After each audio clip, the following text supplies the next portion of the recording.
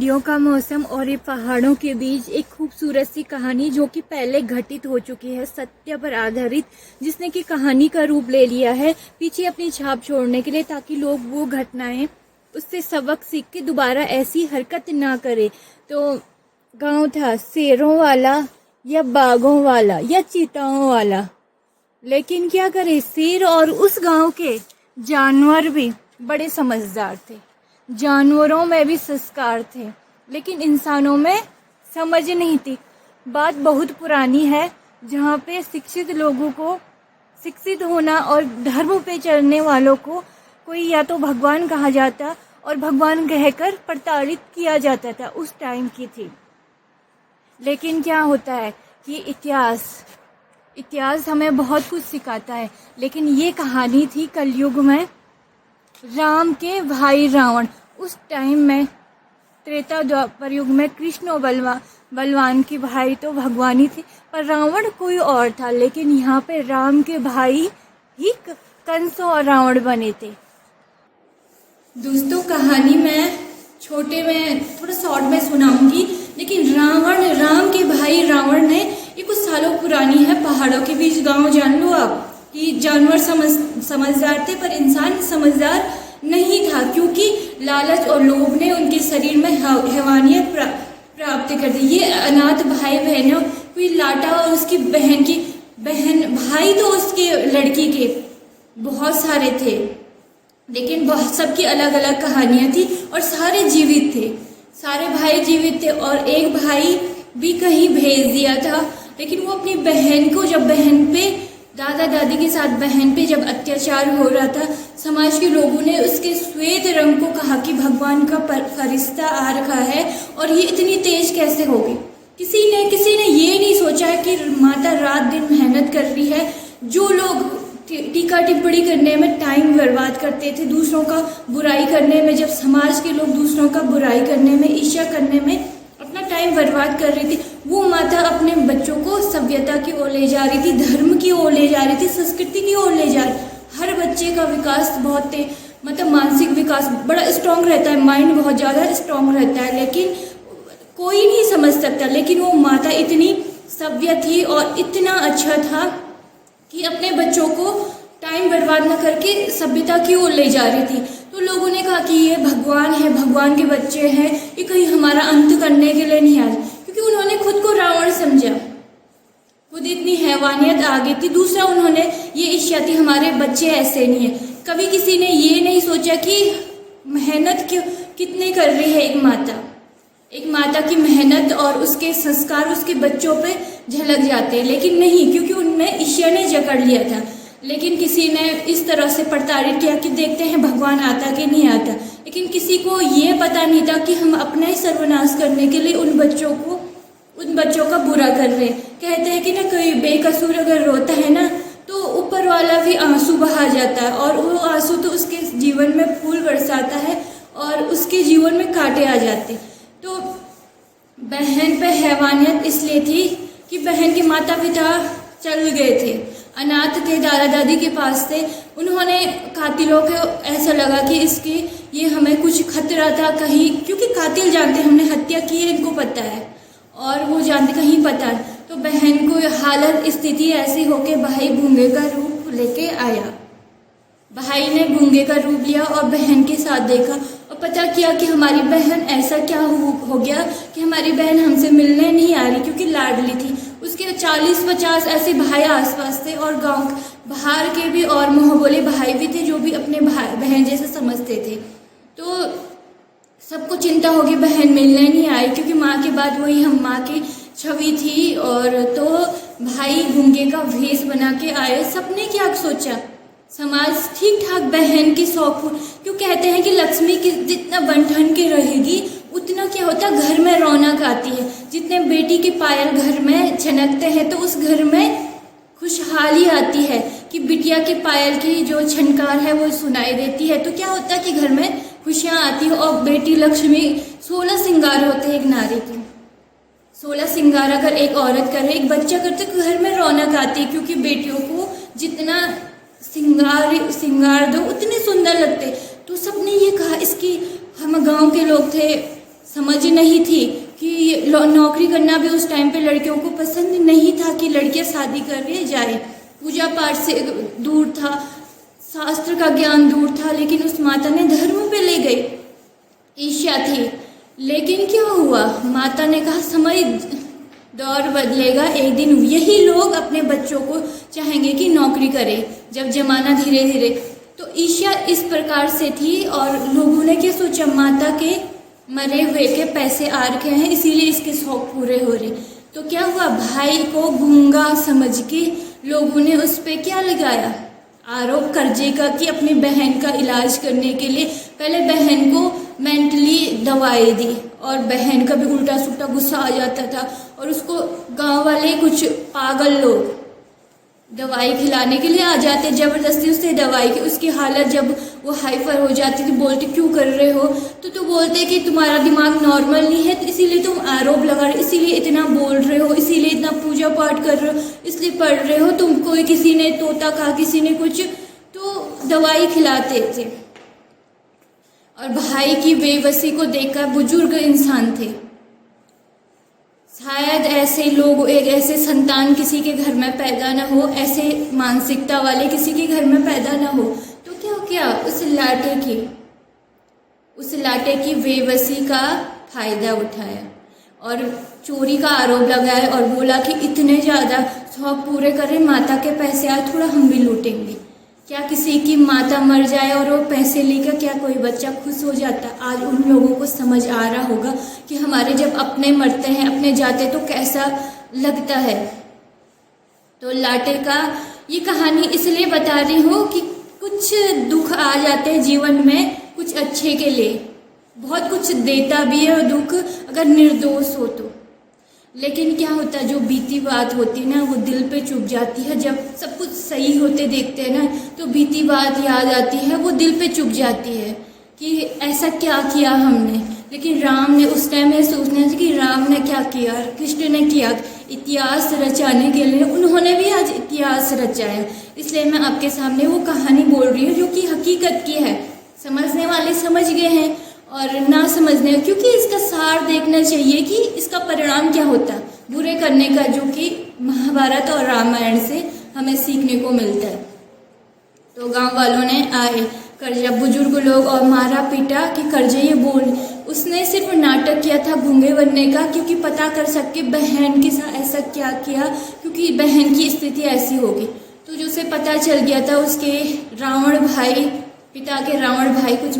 दवाइयाँ खिला रहे थे, समाज के लोग उनका साथ दे रहे थे। रावण का साथ जिसने दिया ना, अंत हुआ। तो वही हुआ इस कहानी में भी। और पता किया, बहुत मारा गया, मारा पीटा गया भाई भी हुआ, और बहन ने बचाने के लिए उन लोगों से लड़ गई और बहन पे भी थूका गया और उस पर ऐसे किया कि किसी ने टॉयलेट तक कर दी उस पर और थूका गया, गाली गलौज, माता को गाली गलौज दिया गया। फिर क्या हुआ कि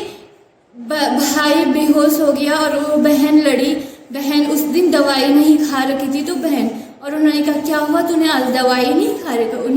बहन ने कहा कि देखो ऐसा क्या ला रखा है घर में, जो पैसे आई तो हमेशा मेरे साथ रहता है, बोल नहीं, आप इसके बेजुबान होने का फायदा उठा रहे हो।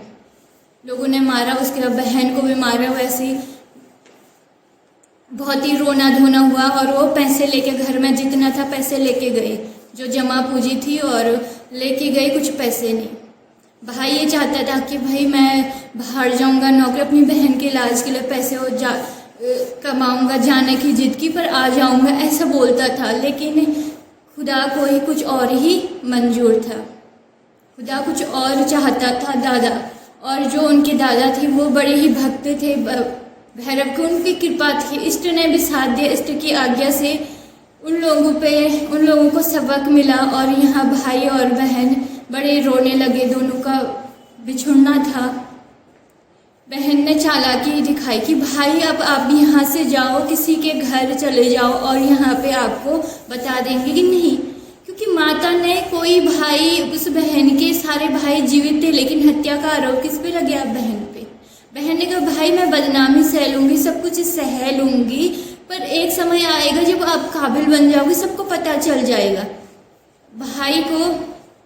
भाई बहन बहन से बिछड़ना नहीं, क्योंकि भाई चाहता था कि जैसे ही अपने ट्विंस से मुझे, लेकिन बहन ने कहा कि मेरी 10 उंगली पे 1 उंगली पे भी चोट लग गई, मुझे दर्द होगा, मैं सब कुछ बर्दाश्त कर लूँगी, लेकिन मेरी माता ने आपको विकास, आपको जीवन दिया है, मुझे जीवन दिया, आपकी पूरी ज़िंदगी खुशहाल रहो, अपना भी विकास के लिए किया था और शत्रुओं का विनाश के लिए आपका जन्म दिया था। जो आपका बुरा करेगा, हमारा बुरा या किसका, उनका विनाश हो, आपका विकास के, आपको जीवन इसलिए दिया कि आप पूरी ज़िंदगी खुशहाल रहो। एक दाम्पत्य चाहे माता ने जितना भी दिया, पर आप सब इसीलिए, और हम नहीं चाहते कि यहाँ रहने से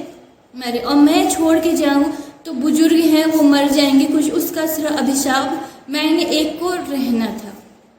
क्योंकि कोई सहारा नहीं था, पोते पोती सहारा थे, तो बेटे की छवि होती ना तो वो बच्चों अपने पोता पोती में देखते, तो भाई को घर से भेज दिया समाज के, और बहन को उस दिन गायब रही, लोगों ने कहा बहन ने हत्या कर दी, बहन हत्यारी है, और बहन का माइंड इतना, बहन ने उनको बचाने, क्योंकि अपना मारा हुआ बुरा, बहन ने सोचा कि मैं मारूंगी बुरा नहीं लगेगा, लेकिन लोगों की इतनी हिम्मत नहीं है मार, क्योंकि माता ने इसलिए नहीं पाला है क्योंकि पराए लोग मारे, घर आके मारे पीटे, क्योंकि बहन को पता था कि ऐसा कुछ नहीं हुआ, तो ऐसा हुआ, भाई सही सलामत रहा, बहुत चोटें लगी दोनों पे ऐसे, तो दोनों के बीच में हुआ कि जहाँ भी रहोगे खुश रहोगे, जीवित रहोगे, अपना खुशहाल जीवन यही सबसे अच्छी है, ऊपर में भगवान खुश रहेगा। तो उन्होंने क्या किया, भाई को घर से बाहर कुछ दिन रहा घर, और बहन पे आरोप, बहन ने कहा कोई बात नहीं, मैं बेकसूर हूँ, खुदा की दृष्टि में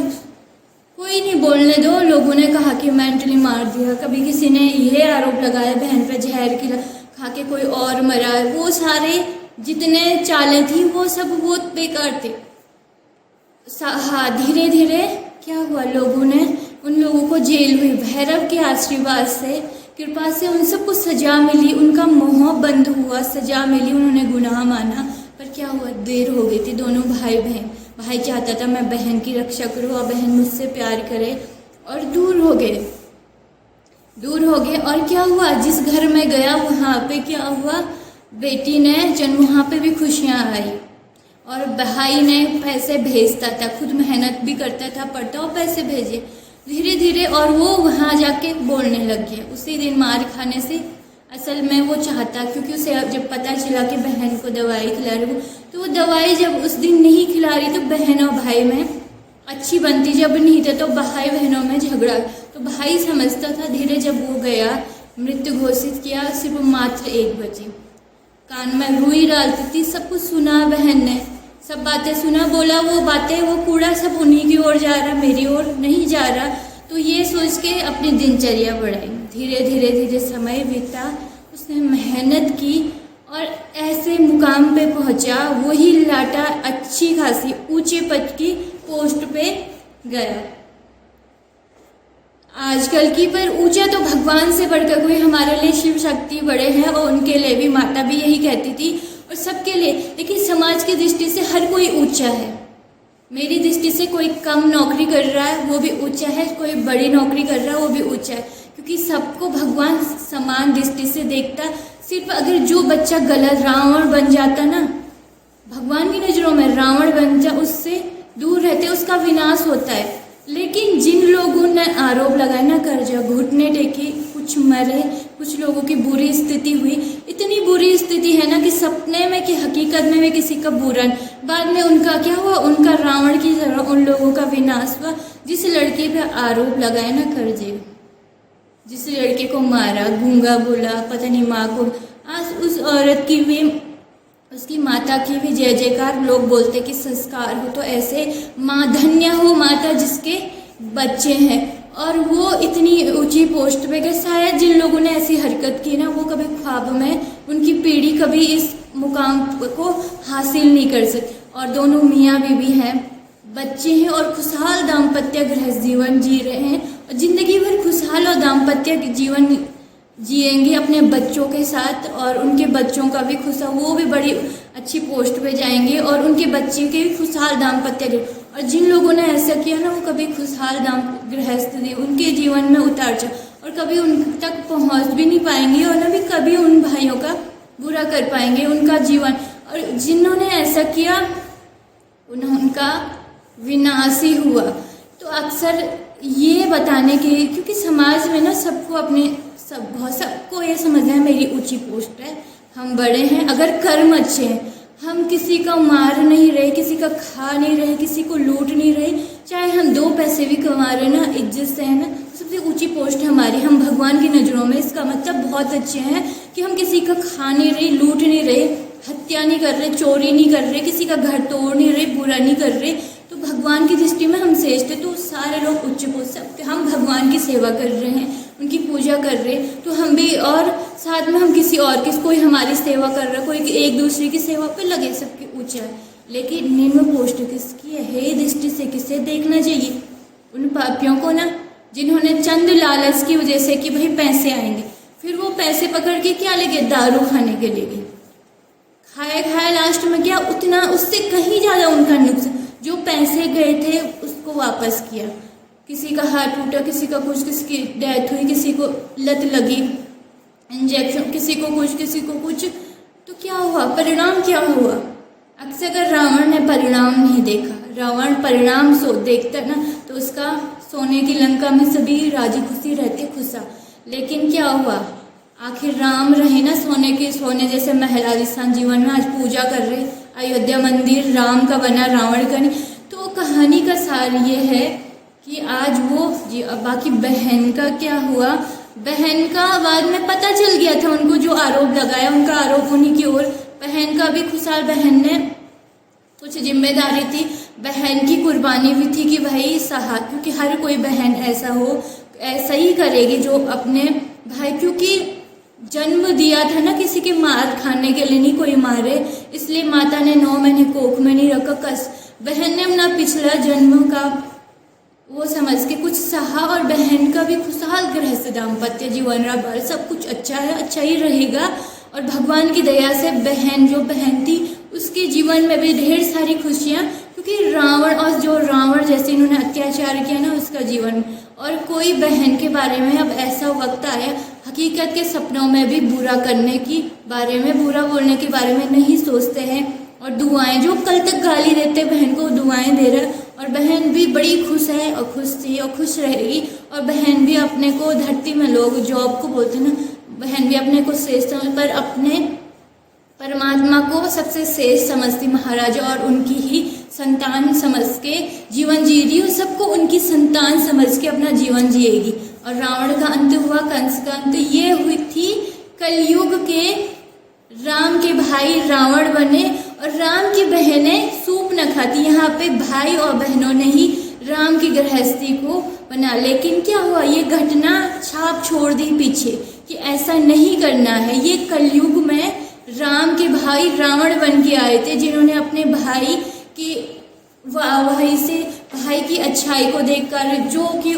जहाँ पर कि वो उनके बच्चे, उनकी पत्नियां, इससे भाई का घर तो सूप न खाने भी, और भाइयों की जो पत्नी थी उन्होंने भी सूप न खाकर रोल निभाया। तो ये कहानी थी कि ताकि भाई, अब ये है ना, क्योंकि अंधविश्वास का दौर था,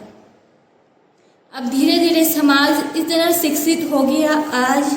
21वीं सदी में लोग समझ रहे फोन के जरिए, हर चीज़ के जरिए, तो ऐसी चीज़ें नहीं होती है, समझदार हो गए और सीख रहे हो। आज कल तक जो पढ़ाई के लिए अपने बच्चों को दूर करते थे, अपनी बेटियां, वो कहते कि पढ़ पढ़ पढ़, और वही लोग, लड़कियां शादी के बाद अपनी बच्ची के अच्छे स्कूल में रख रहे, पढ़ रहे लिख रहे, डांस में भी, गाने में भी, पढ़ाई में भी, कोई व्यासपीठ में भी, ताकि करे तरक्की करे। क्योंकि अब क्या हो गया, और खुशहाल जीवन भी जी रहे, जो पढ़ रहे ना, अपने बच्चों को पढ़ाई में पूरा ध्यान दे रहे, खुशहाल जीवन जी रहे। तो ये चीज़ थी कि बदल रहा। उस टाइम क्या थी, जानवर बने, शेर बहुत समझदार थे, देख देते ना किसी बच्चे को, खाते नहीं थे, पशु भी अगर खाने को देख दिया ना उठाता नहीं, लेकिन उस टाइम के इंसानों में हैवानियत थी, तब जाके ये घटना घटित हुई। और बाकी जो जितने भाई थे नायिका के, वो सब राजी खुशी है, एक को भी खरोच नहीं आए, क्योंकि माता ने उन्होंने बड़े प्यार से सींचा था कि कहा पेड़ ऐसा बना रखा था ना मजबूत, कि खुशहाल पूरी जिंदगी खुशहाल जीवन जिए बुढ़ापे। और उनके 2, और रावण का अंत, क्योंकि उनका विकास होना था और जो उनका बुरा कर रहे उनका विनाश, इसलिए वो सही सलामत रहे। और एक दिन क्या हुआ, जिंदगी भर, क्योंकि जब इस माता सीता पे आरोप लगा ना, उस वक्त भी सेम वही स्थिति थी, लेकिन लास्ट में क्या हुआ, पछतावा हुआ ना, परिणाम निकल गया, आज पूजा कर रहे हम, तो वही चीज़ उनके साथ भी हुई। तो कहानी सुनाने का मतलब, जो कहानी पढ़ने के सुनने के शौकीन है ना, वही मेरे चैनल को उन्होंने सब्सक्राइब किया है, वही लोग सुनते हैं। और क्या अगर बच्चों को सुना दिया ना, तो एक बच्चा भी अगर सुन रहा समझ रहा ना, तो पूरी लाइफ क्या होती है उसकी, पूरी लाइफ बन जाएगी। तो बहन ने यही कहा था कि एक दिन ऐसा आएगा ना, इन लोगों का विनाश होना, आपका विकास होना पूरी जिंदगी भर, इसलिए इनके साथ ऐसा हुआ। और वही हुआ, बस होना क्या था, बुजुर्ग लोग चले गए, लेकिन ऊपर से आशीर्वाद दे रहे होंगे। अगर वीडियो पसंद आए तो लाइक शेयर सब्सक्राइब।